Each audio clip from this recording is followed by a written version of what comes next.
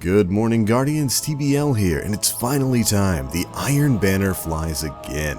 That's right, the Iron Banner is live and Lord Saladin is back and waiting for you at the tower. When you log on to your directory, you'll notice the Iron Banner. Speak with Lord Saladin at the Iron Banner grounds beneath the Traveler. He'll be located in a spot directly above Lord Shaxx. He's super easy to see. And of course, for those who don't know, the Iron Banner is a tournament of sorts, an in-game version of PvP, hosted once a month by Lord Saladin, the leader of the Iron Lords. And it's generally got its own vendor and its own rewards. This is an event that's returning from Destiny 1. This time around, the game mode is going to be Control. So you'll be able to select that from the director as its own sort of Iron Banner PvP option. But when you get to the tower, you'll find Lord Saladin in this spot directly above the Crucible area. This is where you'll go to start off the Iron Banner questline and to come turn in your faction tokens, because of course the Iron Banner is going to work like any other faction in Destiny 2 right now. You'll compete in matches, whether you win or you lose, you'll get tokens for completing those matches, 5 for a win, 2 for a loss, and once you've got up about 20 of those, you can turn those in at Lord Saladin in exchange for an Iron Banner engram. This is going to be a special engram with its own set rewards that are going to be in-game light level. As I said before, the game mode is Control this time around, so get your fire teams ready, and don't worry, light level advantage is not enabled in this Iron Banner. Now there are a couple of milestones tied to the Iron Banner this time around. First up is to complete 3 challenges in the Iron Banner that will reward you with some overall Iron Banner tokens, and the second is to earn at least 10 Iron Banner packages during Season 1. Now it takes 20 tokens per package, so you're going to need a total of 200 tokens to complete that challenge. Let's take a look at some of the items that are inside of the Iron Engram. Now of course the Iron Banner as always has its own specific armor sets, and for you Warlocks it's going to be the Iron Truage set.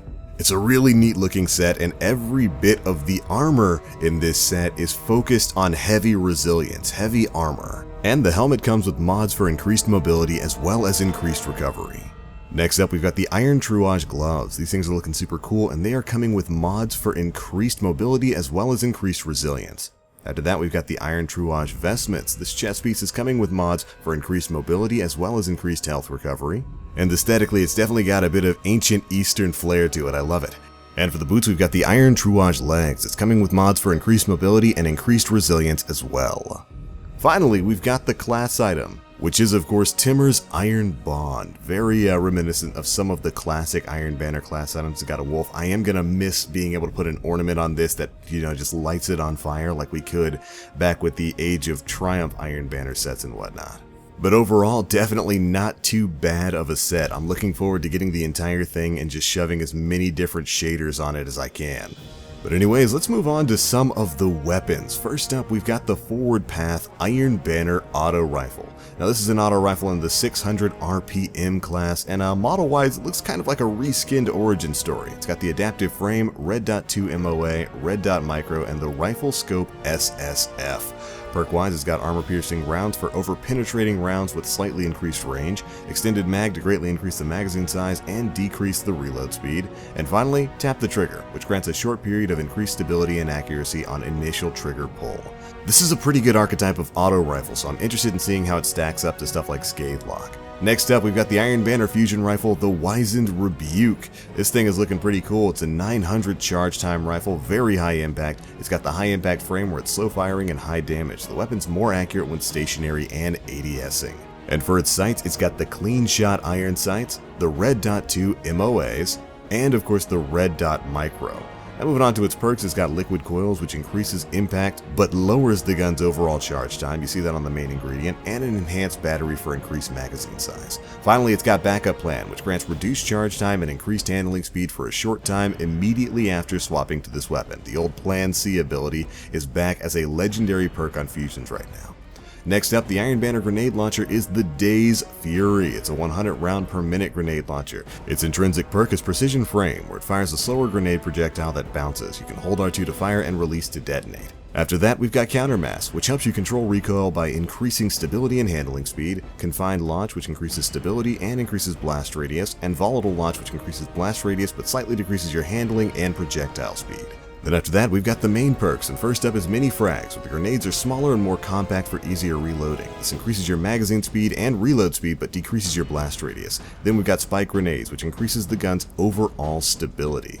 It also increases weapon damage for direct hits. Finally, we've got the snapshot sights, which increase the overall ADS time on this weapon. Not too bad of a grenade launcher. Next up is the Iron Banner hand cannon, the Steady Hand. This thing is looking pretty good. It's got the Better Devils model, and it's a 110 round per minute. It's got an aggressive frame for high damage and high recoil, and for sights it's got the True Shot HCS, Hitmark HCS, I kind of love the name of that, and the Crossfire HCS. For its main perks, we're looking at Flared Magwell for slightly increased stability but greatly increased reload speed, Alloy Magazine for faster reloads when the magazine is empty, and then Outlaw, where precision kills grant decreased reload time. Now I think this is kind of an odd setup for a hand cannon. It's got a bunch of different reload perks when it could use something for extra stability or extra range. Just kind of an odd choice there.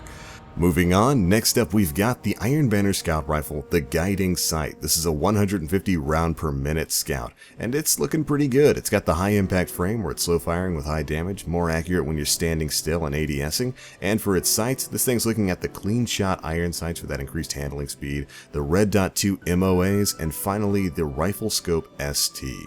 For its main perks, we're looking first at Tactical Mag, which slightly increases your stability, increases your reload speed, and slightly increases your magazine size. Then Armor Piercing Rounds, where you get those over-penetrating shots with slightly increased overall range. Finally, Pulse Monitor, which auto-reloads a portion of the magazine when the wielder is critically wounded. Kinda like Rescue Mag, not too bad. After that, we've got the Iron Banner Sidearm, the Fool's Remedy. It's a Suros type sidearm, so it's a full auto 450 round per minute gun.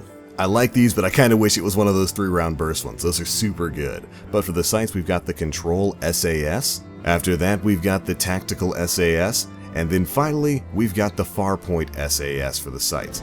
Alright, moving on to the main perks. This thing is first rocking ricochet rounds, which of course gives it ricochet shots, while also increasing stability and slightly increasing range, and accurized rounds, which overall boost the gun's range. Finally, it's got moving target, where you gain increased movement speed and target acquisition when moving while aiming down the sights. Overall, not too bad of a sidearm, not too bad at all. Again, I kind of wish it was one of those 3-round burst ones though. Those are just like top tier right now.